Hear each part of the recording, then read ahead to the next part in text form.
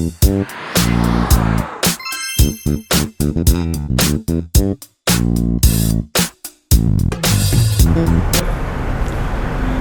kembali lagi kita bersama channel Spin Doctors. Sorry nih sambil nyantai sambil bikin kopinya nih biar kelar kita bikin kopi. Sambil kita ngopi. Oh. Iya, sambil kita ngopi kita. Nuang. Nah, sekarang penasaran pengen bahas hal yang lagi hangat-hangatnya dunia politik nih sambil lagi hangat ini. Sambil ini kopi udah turun aja nih cepet bener. Sambil ngelihat kopinya ampasnya turunnya. Iya, pas turun cepet banget ini. ini. Kopi Gilus Mix. Gilus Mix. Jadi kalau sekarang kita lihat pas lagi Ramadan yang lagi rame-ramenya di politik nih urusan ini nih. Partai Islam. Iya, Partai Islam.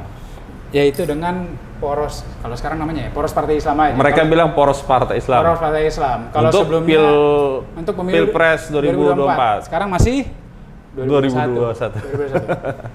Ini apa namanya? Long view thinking. Berpikir jangka panjang. Nah, ini yang menarik nih sambil, aduh ini kopi udah siap minum, bawahnya dipingin diseruput aja. Iya, gue udah mau nyeruput aja, gue nyeruput dulu ya. Jadi Om, kalau untuk Partai Islam ini gue pengen nanya nih, kalau ini emang jatahnya Pak Dokter untuk analisa nih. Kan Partai Islam itu udah rame itu dari dulu lah, itu kan macam-macam. Tapi kalau kita bicara politik kontemporer dari setelah pasca reformasi, itu kan kita ingat dulu ada koalisi poros tengah ya. Betul, tahun 99. Dan itu mendapetin peaknya lah. Peaknya waktu itu almarhum Gus Dur jadi presiden. Waktu itu pemilihannya di MPR ya. Dan Pak Amin Rais juga motornya waktu itu ya. Motornya Pak Amin Rais. Itu peaknya lah kita bilang. Kalau sekarang kita nggak menilai sekarang peak atau tidak, tapi yang jelas sih nowhere near untuk waktu 98-99 itu. Nah, sekarang Om Adit, ini kita bicara Partai Islam, ada poros Partai Islam, PKS sama P3 yang ngomong ya. Betul. Itu Om ngeliatnya sekarang itu ada yang beda nggak sih dengan, karena kayaknya sih hampir tiap pemilu ada ya istilah-istilahnya segala macam. Jadi gini ya, kita sambil kita ngopi ya. Nih kopinya dari Gilus Mix nih, ada 3 rasa yang harus kita lihat nih. Tadi lu milih apa? Gue milih pandan. Gue milih gula aren. Jadi kalau tahun 99 betul yang tadi lu bilang, ada peaks-nya ya. Karena memang disitulah kemenangan poros tengah waktu itu ya. Sehingga kemudian memunculkan Gus Dur sebagai presiden ya. Kemudian diulang tuh tahun 2004 Om. 2004 Pak Amin Rais kan muncul kan. Tapi representasinya bukan hanya Pak Amin Rais, di situ ada juga Gus Solah waktu itu ya. Jadi setiap pemilu, setiap pilpres selalu ada begitu. Dia perannya penting waktu itu ya. Jadi kelompok Islam itu menjadi penting katanya. Ya. Di dalam pencaturan di dalam koalisi ya. Tapi makin belakangan ini setelah pada zaman Pak Jokowi gitu ya, itu kelihatannya bukan tokohnya. Meskipun Pak Jokowi memilih tokoh Islam, Pak Ma'ruf Amin ya. Tapi artinya menurut gue sih kecenderungan poros Partai Islam itu ya gitu-gitu aja ya. Jadi kalau 98-99 dia sebagai poros tuh menyatu kuat. Dia namanya poros pivot kan, dia bergerak di sekelilingnya, gitu kan. Kalau setelahnya enggak ya? Setelahnya bahasanya mungkin terfragmentasi ya. Nah, sebenarnya yang menarik nih, ini kita kan bicara Spin Doctors, apa yang baru, apa yang bisa kita pelajari dari situ. Betul. Kalau kita bicara 98-99 itu peak, itu hasil terbaik, dapat presiden. Dapat presiden, mau pemilihannya lewat MPR, mau langsung tapi dapat presiden. Meskipun itu bukan planning sesungguhnya. Bukan planning, kita tahu lagi tentang cerita tentang Pak Amin dengan Pak Gus Dur itu semua tahu cerita itu lah. Itu udah kayak legend lah. Itu tapi sekarang itu pasti ada strategi lah saat itu. Lalu 2004 dicoba diulang, nggak maksimal. 2009 ada lagi, dengan berbagai nama. Pemilu begitu. 14 ada lagi, 19 ada lagi. Nah, kan kalau kita namanya strategi ini, Om, ini ilmu politik ini kan ilmu tentang gimana strategi kan dapatkan sesuatu. Ada nggak sih yang beda kalau sekarang kita bicara nih marketing lah, jualan ya. Menjualan konsep. Inovasinya maksud lo? Inovasinya apa? Ini contoh nih, ini kopi nih. Iya, kopi kita punya banyak ini ya. Kopi di Indonesia dari zaman dulu ada. Banyak ya? Iya. Variasi rasa misalnya. Ini apa beda? Misalnya contoh nih, ini dia digiling halus, gampang turun, kagak kembung, itu segala macam. Ampasnya tetap ada tapi turun. Di mana-mana ada gitu. Nah, kalau ini apa? Dia masuknya apa yang bikin beda? Yang membuat orang kalau sebelumnya nih, misalnya contoh nih, gue dulu pemilih poros Partai Islam nih. Dulu kan sekarang nggak ada yang begitu relevan ya.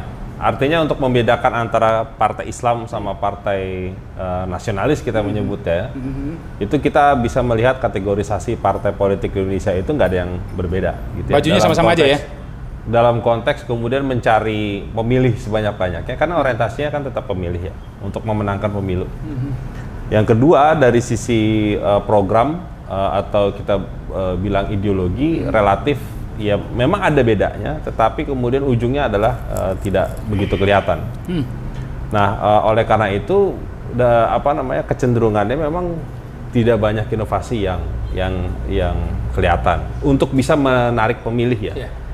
Namun yang menjadi menariknya itu adalah pemilih kita itu persoalan identitas itu masih menjadi penting, Om Pang ya. Oke. Ya, jadi ketika menyangkut identitas agama ataupun identitas kesukuan itu ternyata masih relevan. Jadi mungkin itu yang disebut dengan inovasi mungkin ada di situ. Bikin identitas baru. Iya. Ini kalau tadi kan sebelumnya kita pernah bahas tentang tadi pengalaman kita masing-masing.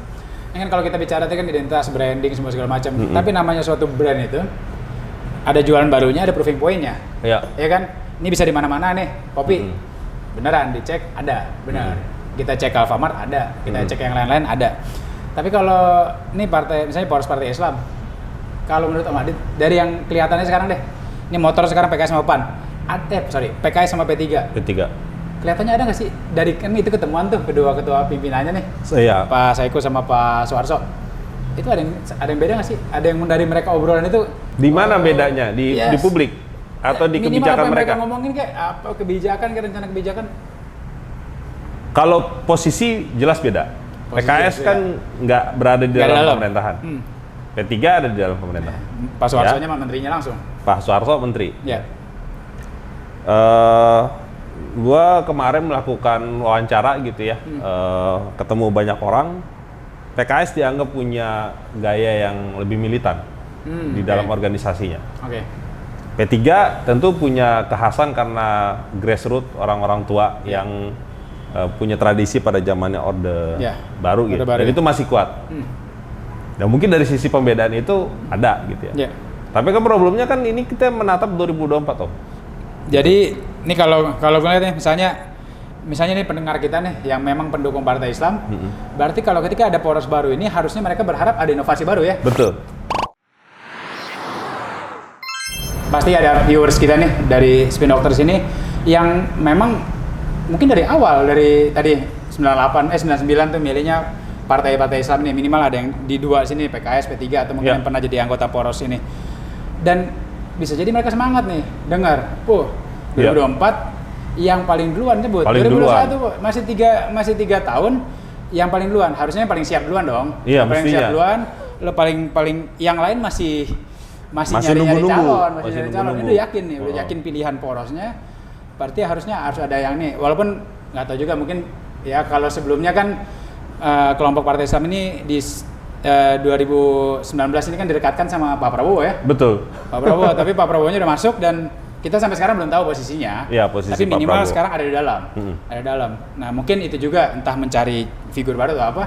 Tapi yang paling pertanyaan adalah mungkin bagi viewers kita yang pendukung Partai Islam, mereka tuh jualan apa? Karena mereka tentunya nggak bisa jualan yang sama terus, apalagi perekatnya udah masuk ke dalam. Ya itu yang jadi problem ya menurut gua ya, karena bukan hal yang mudah juga untuk melihat konteks mendorong inovasi-inovasi itu dengan segala keterbatasan. Meskipun harus diakui ceruk pemilih Islam itu besar, ya. Tapi nggak cukup hanya mengandalkan itu saja gitu. Ya. Tapi paling tidak harus ada langkah-langkah konkret di grassroots ya, karena mereka sebagai sebuah partai tentu kan harus berinteraksi terus-menerus sama pemilihnya gitu.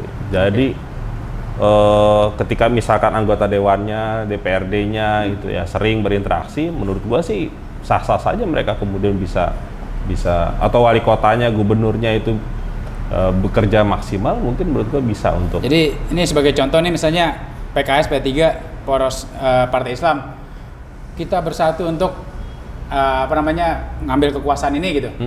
Nggak bisa itu doang ya. Bersatunya bagaimana? Nggak cukup. Nanti ketika berkuasa seperti apa itu harus ada semuanya tuh. Iya, jadi paling nggak menurut gue sih harus ada bukan hanya sekedar komitmen politik yang sedang disampaikan oleh P3 sama PKS ya. Ya, dan terus kemudian merasa cukup yakin bahwa ini akan diikuti oleh partai-partai lain gitu ya. Karena tentu PAN aja nggak setuju ya. PAN saja udah menolak, PKB nggak tahu juga. Ya, PKB belakangan ya. PKB biasa. Jadi bukan hal yang mudah gitu ya. Tapi menurut gua sih perlu untuk kemudian punya inovasi-inovasi yang konkret gitu ya. Dan itu ya refleksinya harus dari pengalaman-pengalaman mereka sendiri sekarang di lapangan. Nah, kalau tadi bicara pengalaman nih, biasanya kan kalau yang lemparkan konsep inovasi paling duluan, harusnya kan dia sangat siap. Harus sangat siap. Berarti mereka berarti kita hanya nunggu waktu aja untuk mereka ngeluarin konsep-konsepnya nih. Kalau enggak berarti ya jangan sampai mereka ngecewakan, minimal tadi ceruknya gede nih. Betul. Kalau mereka kayak gitu berarti ngecewain atau gimana, Om? Betul. Makanya menurut gua adalah sekarang tinggal menunjukkan saja gitu ya. Apakah mereka sudah sangat siap untuk kemudian maju? Yeah. Baik itu nanti visi misinya, programnya gitu ya, atau ini jangan-jangan masih sedang shopping koalisi gitu kan? Nah ini kita nih back to the textbook dulu nih, kita tanya Pak Dokter. Kalau ada partai kayak tadi nih Om, Pak Dokter sudah sempat sebut tuh berapa tadi visi misi. Kalau kita menakar suatu partai politik, dia ngejar untuk satu seat presiden dan mungkin untuk DPR. Apa aja yang diukur tadi Om? Tadi visi, misi. Ya idealnya begitu. Dua belum kedengeran ya? Tapi paling enggak yang lain juga kan basis konstituen mereka kan juga sudah harus terpetakan ya. Terus terpetakan juga. Apa lagi tuh bisa perlu diukur visi misi? Performance-nya ya. Baik itu mereka di dalam pemerintahan ataupun di luar pemerintahan gitu. Jadi minimal gini ya, kalau tadi makanya itu gunanya survei. Oke. Jadi kalau sekarang nih, kalau tadinya mereka berkoalisi, ketika nanti berkoalisi walaupun belum fix ya, bisa jadi masih lihat-lihat juga. Itu berarti nanti akan terjadi perubahan gitu dalam mereka, kan gimana pun mereka punya seat lah di DPR gitu. Mereka punya seat di DPR, mereka juga punya kepala daerah, gitu ya. Yang gue sangat yakin diperintah oleh partai untuk bekerja semaksimal mungkin. Terus kemudian anggota DPRD juga sama, gitu. Jadi PR-nya menurut gue adalah sisa waktu sekarang sambil kemudian menggiring koalisi yang lebih besar lagi. Ya buktikan aja kerja-kerja konkret di lapangan mereka itu bisa nggak untuk kemudian menghasilkan dukungan politik yang jauh lebih besar. Nah, kalau dengan konteks sekarang nih Om. Plus ditambah lagi soal tokoh Om. Itu yang menurut juga penting. Jangan-jangan nyari tokoh? Dugaan gue begitu. Jadi, tapi pernah nggak sih ada nyari tokoh? Ini ya seperti tadi kita sempat sebut, perekatnya ada di tokoh. Ada di tokoh. Sebelumnya perekatnya Pak Prabowo. Iya. Sekarang nggak punya perekat sendiri. Nggak tahu juga. Oh belum tahu. Belum tahu juga. Jadi nah sekarang nih kita main ukur-ukuran ya tadi. Kalau suatu koalisi, yang pertama tuh keluar, tadi deklarasi udah jelas ya. Habis itu yang keluar tuh bakal visi misi duluan, atau tokoh duluan, atau rencana bagi-bagi kuasanya duluan. Gue pernah mengkonfirmasi itu di beberapa daerah, mereka agak galau juga Om, antara organisasi kepartaiannya duluan atau tokohnya duluan yang lebih utama. Jadi dugaan gue sekarang situasi partai politik, baik itu kelompok Islam atau yang bukan Islam, mereka sedang mencoba mengkombinasikan antara yang mana yang lebih mendominasi. Apakah kesiapan organisasinya, ataupun siapa yang mau dijual tokohnya. Ini berarti minimal, ini sekarang nih, kalau kita coba ngambil kesimpulan dari gerakan ini, juga dari obrolan kita ini, berarti yang yang di sekarang itu, minimal dari dua partai ini, P3 sama PKS, itu merasa ada calon tokoh dari Islam yang bakal muncul gitu, sehingga mereka dorong-dorong dulu, siapin dulu kendaraannya atau gimana nih? Dugaan gua gitu ya? Dugaannya begitu ya? Dugaan gua mungkin ada tokoh yang sedang mempersatukan mereka atau sedang didorong untuk mempersatukan mereka. Atau mereka sedang berusaha nge-grab itu bisa juga ya? Betul. Jadi masih banyak possibility. Jadi kalau sekarang bicara ini fase, ini bahkan belum fase akhir nih. Belum. Ini baru awal. Awal pun juga nggak tahu. Jadi jurus pembuka aja belum ya? Kalau kata ini kan mudah-mudahan kita doakan saja jangan layu sebelum berkembang. Kalau orang Betawi mau nikah nih, ini baru ketemu palang pintu ya. Palang pintu. Kita lihat bakal ada berapa pintu ke depan. Iya. Tapi kalau ketemu palang pintu kagak bisa silat. Ya jangan sampai formalitas doang, harus silat beneran, harus tunjukin visi misinya apaan, konsepnya Iya. apaan, Dan siapa yang tunjukin menyatukan idenya. itu semua. Oke, ini berarti para ini teman-teman yang terus ikut Spin Doctors, kita nih pasti akan ada beberapa kali lagi bahas untuk Pasti. seri partai poros partai Islam ini. Bukan hanya poros partai dan Islam. Dan juga poros-poros yang lain. Karena apa? Itu perlu dibahas. Biar apa? Biar kita bisa lihat apa sih mereka konsep-konsep yang mereka tawarkan. Jangan sampai hanya jualan jargon. Masih rame lah antara. Yang jelas kita lihat kalau ada orang yang punya inovasi, kita selalu semangat. Ya, Tunjukin inovasinya. betul. Oke. Ya, teman-teman jangan lupa untuk kemudian kalau ada ide atau gagasan gitu ya, topik-topik yang terbaru silakan komentar, atau ada hal-hal yang ingin kita diskusikan silakan juga komentar, nanti kita akan pikirkan untuk dijadikan topik. Mau kritik kita juga boleh juga. Siap. Atau cara kita ngopinya salah juga boleh juga, silakan. Silakan untuk di like, di komen, nanti di share, dan jangan lupa untuk di subscribe channel Spin Doctor. Terima kasih. Sampai ketemu lagi. Sampai ketemu lagi.